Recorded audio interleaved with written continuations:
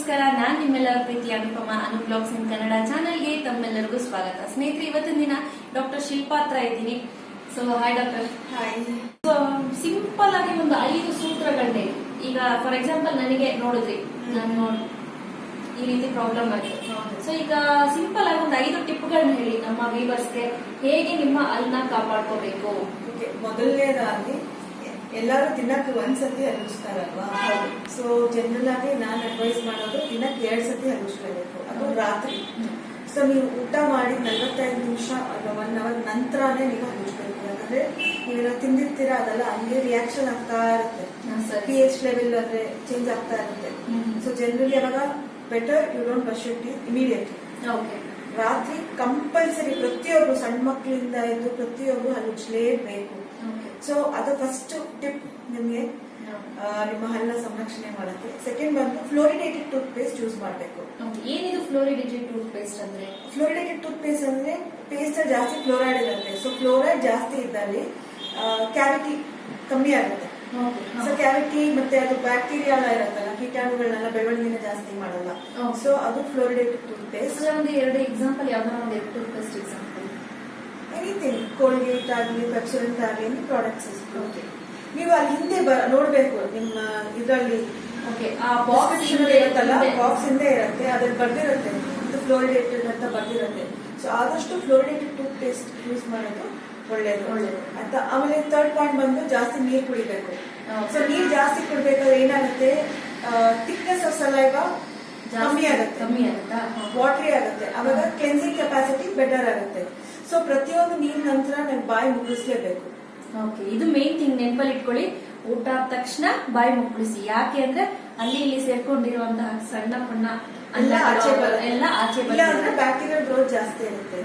ಆಮೇಲೆ ಇದು ಮಕ್ಕಳಿಗೆ ಇಷ್ಟ ಆಗಲ್ಲ. ನಾನು ಹೇಳೋದು ಜಾಸ್ತಿ chocolates, sweets, sugar, any form of sugar limit ಮಾಡ್ಬೇಕು. ತಿನ್ಲೇಬೇಡಿ ಅಂತ ನಾನು ಹೇಳ್ತಾ ಇಲ್ಲ, ನೀವು ತಿನ್ನೇ ಲಿಮಿಟ್ ಮಾಡ್ಬೇಕು. ಆಮೇಲೆ ಜಾಸ್ತಿ ಎನಿಥಿಂಗ್ ಲೈಕ್ ಫ್ರೂಟ್ ಅಂದ್ರೆ it is a form of sugar, fructose. Milk ಅಂದ್ರೆ it's a form of lactose. ಅಂದ್ರೆ ಇಟ್ ಇಸ್ ಸೈಂಟಿಫಿಕ್ ಟರ್ಮ್ ನಾನು ಹೇಳ್ತಾ ಇರೋದು.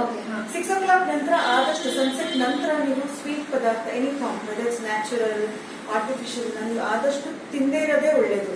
ನೀವೇನೇ ತಿಂದ್ರು 6 PM ಮುಂಚೆ ತಿಂದ್ರೆ it is better.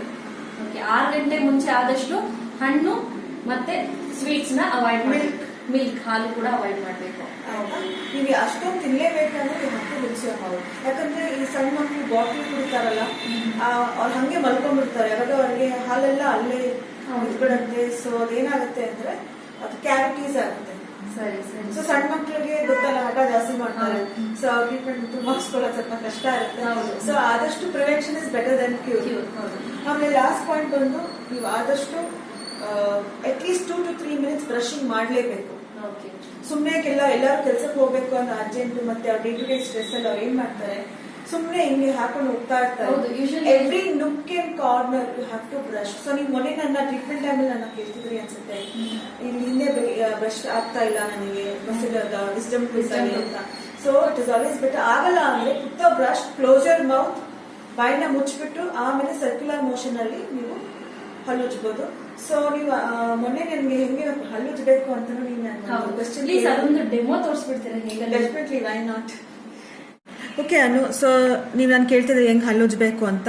So let us assume ನನ್ನ ಹತ್ರ ಈಗ ಲೋವರ್ ಕಾಸ್ಟ್ ಇಲ್ಲ, ಬರೀ ಅಪ್ಪರೇ ಇದೆ. So assume this is lower teeth, ಇದು ಬಂದು ಅಪ್ಪರ್ ಟೀತ್ ಅಂತ ಅಸ್ಯೂಮ್ ಮಾಡ್ಕೊಳ್ಳಿ. So will divide this into front and this is back. ಆಯ್ತಾ? ಸೊ ಏನ್ ಮಾಡ್ತೀವಿ ಅಂದ್ರೆ front tooth always you will brush like this. Okay, ಹಿಂಗೆ ಬ್ರಷ್ ಮಾಡ್ತೀರಾ, ಆಯ್ತಾ? ಆಮೇಲೆ back teeth also you will brush like this. ನೋಡಿ, ಇದು ಮಾತ್ರ ಮೂವ್ ಆಗುತ್ತೆ, ಇದು ಮಾತ್ರ.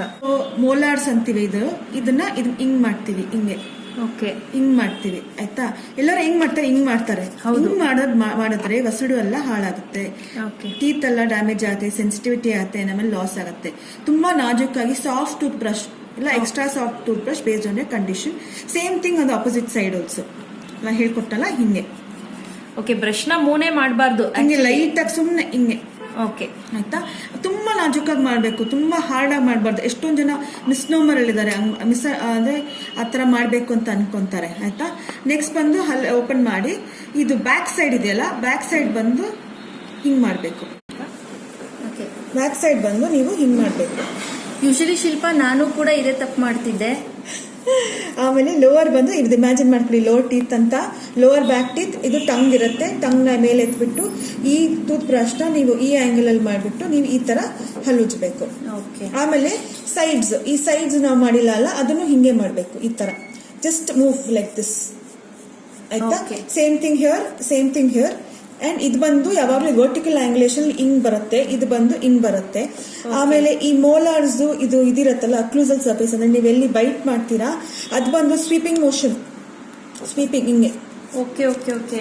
ಬಟ್ ಎಲ್ಲರೂ ಹೆಂಗ್ ಮಾಡ್ತಾರೆ ಅಂದ್ರೆ ಹಿಂಗೆ ಮಾಡ್ತಾರೆ, ದಟ್ ಇಸ್ ರಾಂಗ್, ಬಿಕಾಸ್ ಅದು ನೀವು ನಿಮ್ ಎನಾಮೆಲ್ ನ ಡಿಸ್ಟ್ರಾಯ್ ಮಾಡ್ತಾ ಇದ್ದೀರಾ, ಆಯ್ತಾ? ಇದು ಬಂದು ಅಡಲ್ಟ್ಸ್ಗೆ ಈ ಮೆಥಡ್ ನ ಯೂಸ್ ಮಾಡೋದು, ಆಯ್ತಾ? ಚಿಲ್ಡ್ರನ್ಗೆ ನಾವೇನ್ ಯೂಸ್ ಮಾಡ್ತೀವಿ ಅಂದ್ರೆ ಸಣ್ಣ ಮಕ್ಕಳಿಗೆ ರೋಲಿಂಗ್ ಟೆಕ್ನಿಕ್.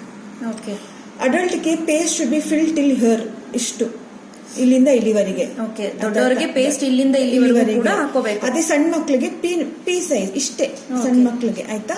ಸಣ್ಣ ಮಕ್ಕಳಿಗೆ ಈ ತರ ಸರ್ಕ್ಯುಲರ್ ಮೋಷನ್ ಅಲ್ಲಿ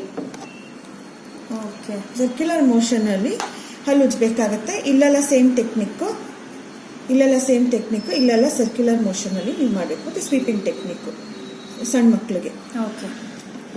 so this is it about maintenance of your teeth, and this is how ನೀವು ಬ್ರಷ್ ಮಾಡಬೇಕು, ಆಯ್ತಾ? ಸೊ ಎಸ್, ನೋಡಿದ್ರಿ ಅಲ್ವಾ ಸ್ನೇಹಿತರೆ, ಡಾಕ್ಟರ್ ಶಿಲ್ಪಾ ಅವರು ಎಂಡೋಡಾಂಟಿಸ್ಟ್ ಕೊಟ್ಟಿರುವಂತಹ ಸಂಪೂರ್ಣ ಮಾಹಿತಿ. ಸೊ ಇದು ಸಿಂಪಲ್ ಆಗಿ ನೀವು ನಿಮ್ಮ ಬೇಸಿಕ್ ಲೈಫ್ ನಲ್ಲಿ ನೀವು ಇದನ್ನ ಅಳವಡಿಸ್ಕೋಬೇಕು. ಖಂಡಿತ ನಿಮ್ಮ ಏನು ಅಲ್ಲಿನ ಸಮಸ್ಯೆ ಸುಮಾರು ಸಾಕಷ್ಟು ಒಂದು 50 to 60% ಕಡಿಮೆ ಆಗ್ಬಿಡುತ್ತೆ. ಹೌದು, ಮೇಂಟೈನ್ ಆಗುತ್ತೆ.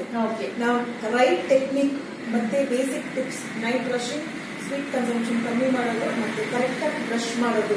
ಕೆಲವರೆಲ್ಲರೂ ಬ್ರಷ್ ಮಾಡ್ತಾರೆ, but they will not do in certain areas. ಈ ಟೆಕ್ನಿಕ್ ಫಾಲೋ ಮಾಡಿದ್ರೆ ಎಲ್ಲಾ ಏರಿಯಾದಲ್ಲೂ ನೀಟಾಗಿ ಕ್ಲೀನ್ ಆಗುತ್ತೆ. ಸೊ ಹೈಜೀನ್ ಮೇಂಟೈನ್ ಆಗುತ್ತೆ, ಆಮೇಲೆ ಹಲ್ಲು ಪ್ರೊಟೆಕ್ಟ್ ಆಗುತ್ತೆ. ನಾನು ಯೂಟ್ಯೂಬ್ ಅಲ್ಲಿ ನೋಡಿದ್ದೆ, ಸುಮಾರು ಮಕ್ಕಳಿಗೆ ಈ ರೀತಿ ಮಾಡ್ಬೇಕು ಅಂತ ತೋರಿಸಿದ್ರೆ, ಬಟ್ ದೊಡ್ಡವರು ಕೂಡ ಹಿಂಗೇನೆ ಮಾಡಿ ತೋರಿಸಿದ್ದಾರೆ. ಬಟ್ ನೀವು ತೋರಿಸಿದಂತಹ ಈ ಮೆಥಡ್ ಏನಿದೆ ನಂಗೆ ನಿಜವಾಗ್ಲೂ ಗೊತ್ತಿರಲಿಲ್ಲ. ಯೂಟ್ಯೂಬ್ ಅಲ್ಲಿ ಯಾರು ಕೂಡ ಅಪ್ಲೋಡ್ ಮಾಡಿಲ್ಲ. Thank you so much. First YouTuber. ಹೌದು, ಮೇ ಬಿ ನಾನೇ ಫಸ್ಟ್ ಯೂಟ್ಯೂಬರ್ ಅನ್ಕೊಳ್ತೀನಿ. ಈ ರೀತಿ ಬ್ರಷ್ ಮಾಡೋದು ಎಂಡೋಡಾಂಟಿಸ್ಟ್ ಹತ್ರ ತೋರಿಸ್ಕೊಂಡು ಕಲ್ತಿರೋಂಥದ್ದು. Thank you Shilpa, thank you so much ಮಾ, ಥ್ಯಾಂಕ್ ಯು. ಸೊ ಫ್ರೆಂಡ್ಸ್, ನೋಡಿದ್ರಿ ಅಲ್ವಾ ಡೆಂಟಿಸ್ಟ್ ಏನೇನ್ ಹೇಳಿದ್ರು, ಏನೇನ್ ಮಾಡ್ಕೋಬೇಕು, ಹೇಗೆ ಮನೇಲಿ 5 ಟಿಪ್ಸ್ ಕೊಟ್ಟಿದ್ದಾರೆ. ಆ ಟಿಪ್ಸ್ ನ ಫಾಲೋ ಮಾಡಿ ಯಾವ ರೀತಿ ನಿಮ್ಮ ಹಲ್ಲನ್ನ ಸಂರಕ್ಷಣೆ ಮಾಡ್ಕೊಳ್ಳೋದು ಅಂತ. ಸೊ ಇವತ್ತು ನಾನು ಕೊಟ್ಟಂತ ಮಾಹಿತಿ ನಿಮ್ಗೆ ಎಲ್ಲರಿಗೂ ಇಷ್ಟ ಆಗಿದೆ ಅಂತ ಭಾವಿಸ್ತೀನಿ. ಇಷ್ಟ ಆಗಿದ್ರೆ ಲೈಕ್ ಮಾಡಿ, ಶೇರ್ ಮಾಡಿ, ಕಾಮೆಂಟ್ ಮಾಡೋದು ಮರಿಬೇಡಿ. Thank you, thanks for watching, bye.